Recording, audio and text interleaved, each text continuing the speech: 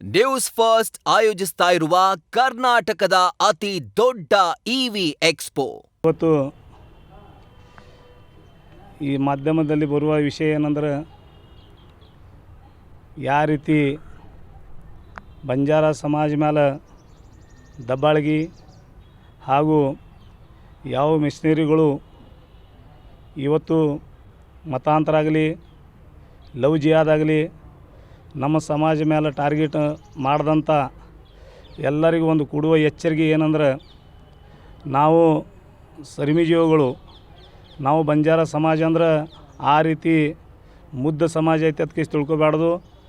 ನಮ್ಮ ಸಣ್ಣ ಸಣ್ಣ ಮಕ್ಕಳಿಗೆ ನಾವು ಕಬ್ಬಿನ ತೋಡಿಗೆ ಹೋಗುವಾಗ ಆ ಮಕ್ಕಳನ್ನು ನಾವು ಬಿಜಾಪುರನಲ್ಲಿ ಹಾಸ್ಟೆಲ್ ಮಾಡಿ ಅವರಿಗೆ ಇರುವಂಥ ವ್ಯವಸ್ಥೆ ಆಗಲಿ ಅತಿಸಿ ಡಾಕ್ಟರ್ ಬಾಬಾ ಸಾಹೇಬ್ ಅಂಬೇಡ್ಕರ್ ಅವರ ನಿರ್ಣಯದಲ್ಲಿ ನಮಗೊಂದು ಆ ವಸತಿ ನಿಲಯದಲ್ಲಿ ಆಗಲಿ, ನಾವು ಇಲ್ಲಿ ದುಡಿಲಾಗ ಹೋಗೋ ಟೈಮಿಗೆ ಆ ಮಕ್ಕಳಿಗೆ ಇಲ್ಲಿ ಇವರೇ ಜೋಪಾನ ಮಾಡ್ತಾರೆ ಅದಕ್ಕೆ ನಾವು ಹಾಸ್ಟೆಲ್ನಲ್ಲಿ ಇಟ್ಟು ಹೋಗ್ತೀವಿ. ಆದರೆ ಇಲ್ಲಿ ಏನು ಮಾಡ್ಲಕತ್ತಾರೆ ಪಕ್ಕದವ್ರು ಅಂದ್ರೆ, ಇಲ್ಲಿ ಕೆಲವೊಂದು ಮುಸ್ಲಿಂ ಯುವಕರು ನಮ್ಮ ಬಂಜಾರ ಸಮಾಜದ ಒಂದು ಯುವತಿ ನಿಶಾ ಪಂಡಿತ್ ರಾಠೋಡ್ ಅನ್ನುವಂಥ ಒಂದು ಹುಡುಗಿಗೂ ಚವಾಣ್ ಈ ಮಗಳಿಗೂ ಲವ್ ಜಿಹಾದ್ ಮಾಡಿ ಅವ್ರಿಗೆ ಫಸಾಸಿ ಅವ್ರಿಗೆ ಯಾವ ರೀತಿ ಅವ್ರು ಮಳ್ಳ ಮಾಡಿ ಈ ರೀತಿಯನ್ನು ಮಾಡ್ಲಾಕತ್ತಿರಲ್ಲ, ಇದು ಭಾಳ ಎಚ್ಚರಿಕೆಯನ್ನು ಕೊಡ್ಲಾಕತ್ತೀವಿ. ಯಾಕಂದ್ರೆ ಬರುವಂಥ ದಿನಗಳಲ್ಲಿ ನಿಮಗೂ ಕೂಡ ಸಮಾಜದಲ್ಲಿ ನಾವೆಲ್ಲರೂ ಬಾಂಧವ್ಯಗತ್ಲೆ ಹೋಗ್ಬೇಕತ್ಕೇಸಿ ನಾವು ಮಾಡ್ಲಾಕತ್ತೀವಿ. ಆದ್ರೆ ನಮ್ಮ ಸಮಾಜ ಮೇಲೆ ನೀವು ಕೆಣಗಬೇಡ್ರಿ. ಕೆಣಗ್ಲಾಕ ಬಂದ್ರೆ ಮಾತ್ರ ನಾವು ಮಾತ್ರ ಸುಮ್ಮ ಕುಂದ್ರಾಗ ಆಗೋದಿಲ್ಲ. ನಾವು ಈಗಾಗಲೇ ಬೆಂಗಳೂರಿನಲ್ಲಿ ಒಂದು ಮತಾಂತರ ಆಗಿದ್ದು ಬಗ್ಸನ ಭಾಗವಾಡಿದ್ದು, ಅದು ನಾವು ಎಲ್ಲ ಮೀಡಿಯಾ ಮುಖಾಂತರ ನಾವು ಬಂದಿದ್ದೆವು. ನಾವು ಎಲ್ಲೆಲ್ಲಿ ನಮ್ದು ಈ ರೀತಿ ನಮ್ಮ ಸಮಾಜ ಮೇಲೆ ದಬ್ಬಾಳಿಕೆ ಮಾಡ್ತಾರೆ ಅವಾಗ ನಾವು ಗರ್ವಾಪ್ಸಿ ಮಾಡ್ಲಾಕತ್ತೀವಿ.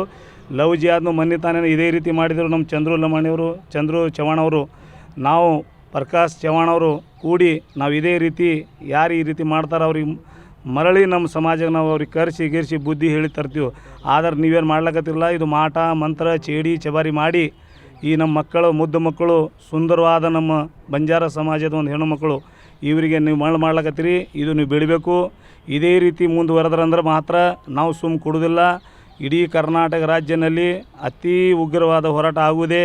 ಸಮಾಜಗೆ ಇದು ಕಳಂಕ ತರುವಂಥದ್ದು ಒಂದು ಕಿಲಿಗೇಡಿಗಳು ಅದ್ರಿ, ಇದು ಕೈ ಬಿಡಬೇಕು. ನಾವು ಕಬ್ಬಿನ ತೋಡಿಗೆ ಹೋಗ್ತೀವಿ, ನಮ್ಮ ಸಮಾಜ ದುಡಿಲ್ಲ. ಈಗ ಈ ಪ್ರಕರಣ ನಾವು ಸುಮ್ಮನೆ ಬಿಡೋದಿಲ್ಲ. ನಾವು ನಗರ ಶಾಸಕರಾದ ಬಸವನಗೌಡ ಪಾಟೀಲ್ ಯತ್ನಾಳ್ ಸಾಹೇಬರು, ನಮ್ಮದು ಹಿಂದೂ ಹುಲಿ, ಇವರು ಯಾವಾಗಲೂ ನಮ್ಮ ಸಮಾಜ ಮೇಲೆ ಭಾಳ ಪ್ರೀತಿ ಪ್ರೇಮ ತೋರಿಸ್ಲಾಕತ್ತಾರೆ. ಅನೇಕ ನಮ್ಮ ಸಮಾಜದಲ್ಲಿ ನಮ್ಮ ಸಮಾಜ ಮೇಲೆ ಕಾಳಜಿ ಇರುವಂಥ ಅನೇಕರು ಕೂಡ ರಾಜಕೀಯ ನೇತಾರು ಅದಾರ.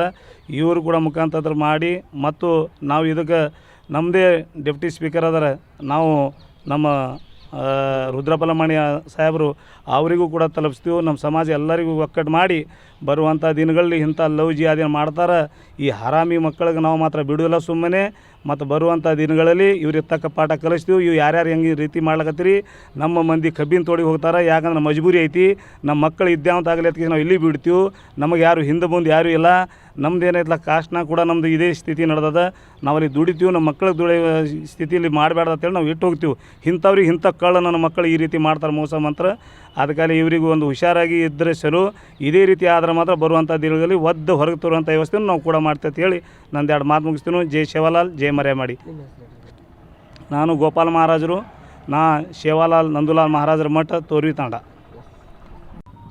ನಿಶಾ ಚವ್ಹಾಣ್ ಅಂದರೆ ನಿಶಾ ತಂದೆ ಹೆಸರು ಪಂಡಿತ್ ಚವ್ಹಾಣ್. ಇವರು ಇಂಡಿ ತಾಲೂಕಿನವರು. ನಿನ್ನೆ ಒಂದು ನಡೆದ ಘಟನೆಯಲ್ಲಿ ಅವರದೇ ತಾಲೂಕಿನ ಇಂಡಿ ತಾಲೂಕಿನ ಒಬ್ಬ ಮೊಹಮ್ಮದ್ ಎಂಬುವ ಮುಸ್ಲಿಂ ಯುವಕ ಆಕೆಯನ್ನು, ನಿಶಾ ಎಂಬುವಳನ್ನು ಬಲವಂತದಿಂದ, ಅಂದರೆ ನಿಶಾಳ ತಂದೆ ತಾಯಿಯ ಒಪ್ಪಿಗೆ ಇಲ್ಲದೇ ಬಲವಂತದಿಂದ ಅವರ ಮಸೀದಿಯಲ್ಲಿ ಕರ್ಕೊಂಡು ಮತಾಂತರ ಮಾಡಿಸಿ ಮದುವೆ ಆಗಿದ್ದೀನಿ ಎಂದು ಹೇಳ್ತಾ ಇದ್ದಾನೆ. ಇದಕ್ಕೆ ವಿಶ್ವ ಹಿಂದೂ ಪರಿಷತ್ ಬಜರಂಗ ದಳ ಸಂಪೂರ್ಣವಾಗಿ ಖಂಡಿಸುತ್ತದೆ. ನಾವು ಅವರು ತಂದೆ ತಾಯಿ ಕೂಡ ನಿನ್ನೆ ಪೊಲೀಸ್ ಸ್ಟೇಷನ್ ಮಹಿಳಾ ಪೊಲೀಸ್ ಠಾಣೆಗೆ ಬಂದಿದ್ದರು. ಅವರು ಕೂಡ ತುಂಬ 2 ಗಂಟೆಗಳ ಕಾಲ ಅವ್ರನ್ನ ಕನ್ವಿನ್ಸ್ ಮಾಡಿದರೂ ಕೂಡ ಆಕೆ ಮಗಳು ಒಪ್ಕೊಳ್ಳಿಲ್ಲ.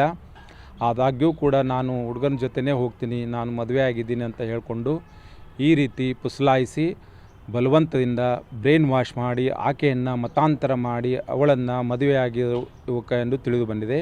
ಇದು ಲವ್ ಜಿಹಾದ್ ಅಂತ ಕೇಸನ್ನೇ ಹೇಳ್ಬೋದು. ಈ ಜಿಲ್ಲೆಯಲ್ಲಿ ಅನೇಕ ಕೇಸ್ಗಳು ನಡೀತಾಯಿವೆ. ವಿಜಯಪುರ ನಗರದಲ್ಲಿ ಕೂಡ ತಿಂಗಳಿಗೆ 2-3 ಕೇಸ್ಗಳು ಬರ್ತಾಯಿವೆ. ಈ ರೀತಿ ಎಲ್ಲ ಹಿಂದೂ ಹೆಣ್ಮಕ್ಕಳು, ಹಿಂದೂ ಹುಡುಗಿಯರು ಇದನ್ನು ತಿಳಿದುಕೊಂಡು ಎಚ್ಚೆತ್ತುಕೊಳ್ಳಬೇಕೆಂದು ಹೇಳ್ತೇನೆ. ಮತ್ತೇನು ಹೇಳ್ತಾರೆ?